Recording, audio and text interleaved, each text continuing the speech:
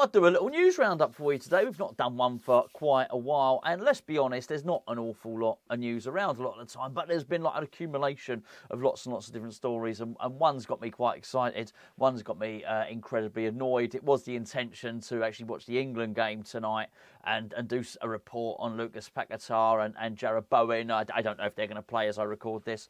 Don't know. Anyway, turns out I'm going out. I might watch it later. I might do a little video on it tomorrow, but I thought I'd do a little news roundup instead. Right, let's cut straight to the chase. Let's deal with the Ben Johnson stuff before we deal with the players that are rumoured to be coming in. Let's deal with somebody who's on his way out. Ben Johnson, very, very close to sign. Well, he can't sign a pre-contract with Crystal Palace, but it's all but been agreed. I think reading between the lines, Johnson's agent have been speaking with Crystal Palace people. I know you're not allowed to, but everybody does it. I'm quite sure that West Ham are speaking to people at the moment who are possibly out of contract who we probably aren't allowed to at the moment. But anyway, that's been done. I'm very, very disappointed about this. It has to be said. This is an easy deal for West Ham to do. And I feel I've spent a lot of time on this channel, on both Hammers Chat channels, actually talking about the situation and talking about how we're going to need, obviously, homegrown players as well, and talking about the players' versatility. So I think I've probably made my case on that anyway. And I think this was an easy, really easy deal for us to do. He wants to stay at West Ham. He's asked for £50,000 a week. As I've said before, it's exactly what we gave Ryan Fredericks, and he was a bit part player, not somebody that had been at the club since the age of 8, like Ben Johnson has. And this is going to be a really good deal for Crystal Palace. Look, 50 grand a week sounds like a lot of money. It's a lot of money to you. It's a lot of money to me, to a footballer in Premier League terms, and more pertinently in West Ham terms, it's not that much. There would only, I think, if he signed 50 grand a week, there would only be 2 players who would currently earn less than him. That just makes him one of the lowest earners. So he's not even asking for the world. I think he don't even want guaranteed first team football. Honestly, this could not be easier. One of the lowest earners, no guarantee of first team football, and he'll sign on a dotted line. Would like a chance, obviously, but anyway, looks like we're going to let him go. And I'll tell you what, Crystal Palace, I think they're getting a good player. And I think it probably seems like a good fit. And you've got to remember, he's going to go there for nothing, for free. And we're going to have to go and find a right back. Never mind a right back. We're going to get, we're not going to be able to find someone that can play in 3 or 4 different positions. Not for nothing. Not that's going to have, not interrupt the homegrown sort of quota and all that sort of stuff. I think it's absolute madness. I really do. And when you look at the sort of money that we're paying people like Danny Ings, who doesn't feature, who, is on, I think it's 85 grand a week. Calvin Phillips on well over 100 grand a week. We can't pay one of our own, who deserves it, and he's earned it, by the way. He's put in a damn fine apprenticeship at West Ham. We can't pay one of our own. The sort of going rate. I don't know. I do think it's something we're going to regret, and I've said it a few times. Do not be surprised if you're watching Match of the Day next season and when Michael Richards and Alan Shearer are sat down there, they start saying, oh, look, we were going to show you some clips from Crystal Palace's match, and look at Ben Johnson. Amazing. He available on a free from West Ham. It's amazing. They'll probably say, we're amazed West Ham let him go. But there you go. So I'm amazed West Ham are going to be willing to let him go. Bloody good squad player, as far as I'm concerned. Let's get to something a little bit more juicy, a little bit more pleasant to talk about. Morgan Gibbs White. Now, as you know, Nottingham Forest are in trouble. Well, let's say in trouble. They've been punished, haven't they, for breaching financial regulations. I cannot stand the financial regulations, by the way. I just want to say that every single time. I do think it's an ambition killer. I do wonder where we're going with this. I think it's turkeys voting for Christmas, actually, when you think that the Premier League clubs, including ourselves, actually voted for these measures. I think it's a disgrace.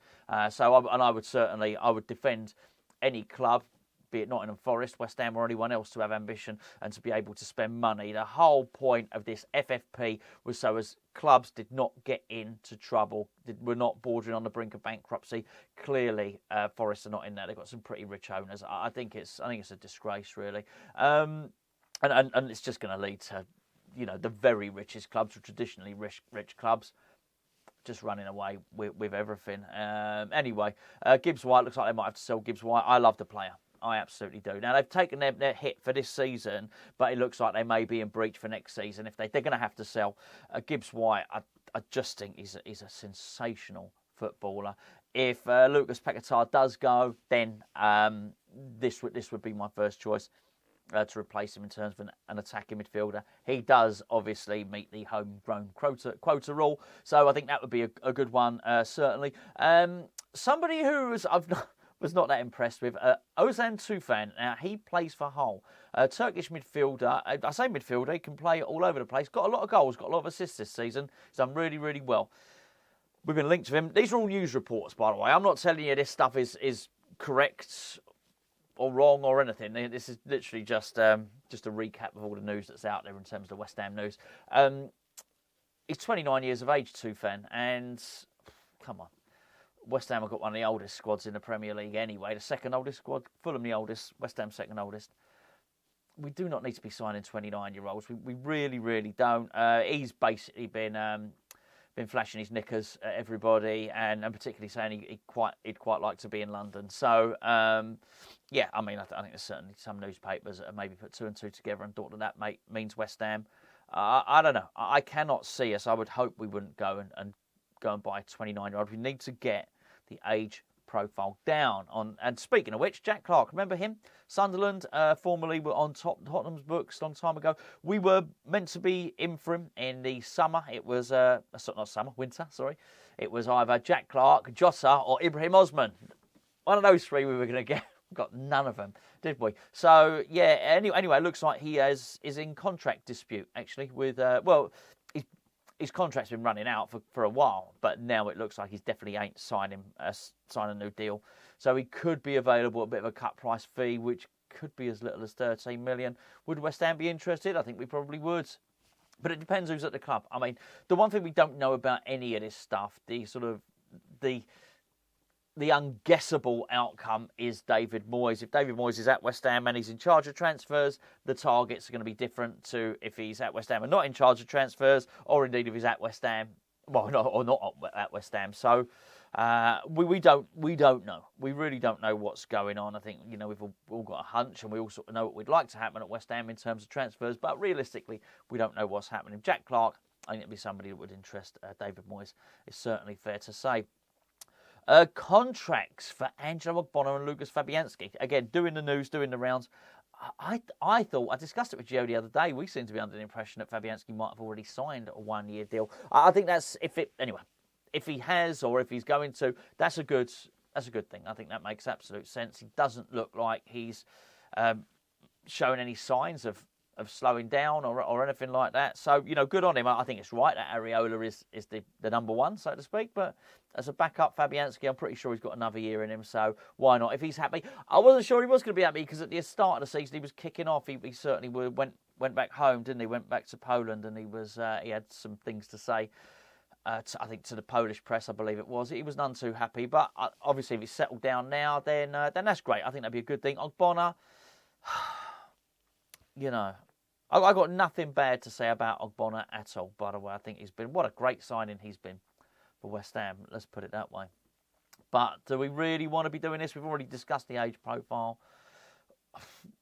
I think things are not going so great if we're relying on sort of old, injury-prone players. We should be looking to do something very, very different from that. And to be fair, we were linked with Ronnie Edwards, if you remember.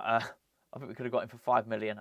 Now Peterborough want 15 million for him. But we should be looking to bring in just younger. I'd say bring in a central defender in his mid-20s and bring in a younger one as well, who can sort of grow into something. Or promote someone from the academy. Again, that's going to depend on what happens with David Moyes. Just finally, one of the most... It just wasn't a good look, actually. I was gonna use a bad term there, but I won't. But one of the sorriest sights, let's put it that way, that I think I've seen was Maxwel Cornet doing an interview for the official website. It's not a good look, you know what I mean? No one likes to see anybody suffering, and I just felt sorry for him. I read the article, and it smacked to somebody that was just begging for the chance to play some football. I just seen too many people, I think, come to West Ham and just look mentally crushed by the end of it.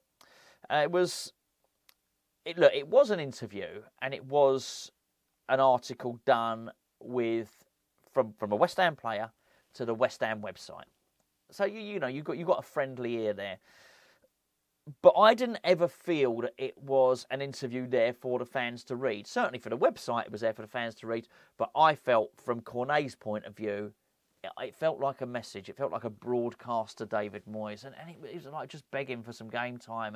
And sort of, he felt he was at pains to try and remind everybody what he had done in the past. You know, when Moyes has these press conferences and he sort of always takes the opportunity to remind everybody what he's done at West Ham, and he reminds people about the trophy, and he always says the same thing. And he says, I don't know if West Ham have had this much success over the years, but I think I've done okay. And that's what he says. Now, it's not a genuine query from him, because he's been saying this for a couple of years now. I don't know. Maybe someone could find out. That's what he says. Maybe someone could find out. If David Moyes was honestly interested in what West Ham's historical record was, he could find out like that. I mean, he could ask West Ham historians that are there. He could ask the club. He could use his mobile phone. He could do whatever he wanted. If he was honestly interested in West Ham's previous record in Europe, he could find it out. But he's not curious at all. He's saying it. It's a message. It's a broadcast to everybody else. He's not saying, I don't know what West Ham have done in Europe. I don't know what John Lyall did. I don't know what Ron Greenwood did. He's not saying that. What he's saying is, look at what I've done. I've been bloody brilliant. But he's trying to make himself sound a little bit humble by pretending not to know. He knows full well. And if he doesn't, he could go and find out. It's a message to us. I'm brilliant. I've won you a European trophy. Don't forget it. I've given you 3 years back-to-back European football. It's a message to us and to the wider press, I think. Maxwel Cornet, in this instance, it was a message to David Moyes, and it was a case of, I've played in the Champions League, I've played for Olympique Lyonnais, I've performed well, I'm experienced in Europe, I helped Burnley out, I can score goals in the Premier League. All of this stuff, Maxwel Cornet knows, the interviewer knows. And I think Cornet even probably knows that David Moyes knows. But I think it was just a reminder. It was it's the same thing, I think. It's just a desperate reminder to broadcast. It's like broadcasting your CV, isn't it? That's what David Moyes does when he does press conferences. He broadcasts his CV to everybody. I think that's what Cornet was doing. And I found it very, very sad, actually, to see that he has to do that. And I want to see people get a chance. And I hope he does. It's not a good look to see that the number of people whose, I think, careers wither on the vine at West Ham because they don't get a chance, because it does feel like Moyes just continually uses 12 or 13 people, or, whatever it is. There's always quite a lot of wastage, isn't there, in the squad? Always quite a few people that you just know are never going to get a sniff. And if you're out, you're out, sort of thing. If you're out of favour, you're out of favour. So, yeah, a bit of a shame on that one. Hopefully he comes back. I know he's been injured, but let's be fair. Even when he's fit, it's not like David Moyes is in any hurry to get him back into the team. Happened earlier on in the season, didn't it? In the European game. We were doing really, really crap. He came on, changed the game. Absolutely changed the game. And he actually had a little period of, he should have started the next game. He really should have done. Got the assist, didn't he? And then he had a little period, a couple of games, which should have been enough for him to start cementing himself in the team, but he got dropped. We didn't see him. The next time we saw him, his confidence had been absolutely shattered. As far as he's concerned, he'd had his chance, he'd done all right, and he still got dropped. So, a bit of a shame for him there. But anyway, more of a shame is the Ben Johnson stuff. Really sorry to see that happen, but I'll tell you what, I would absolutely love it if we managed to get Morgan Gibbs White.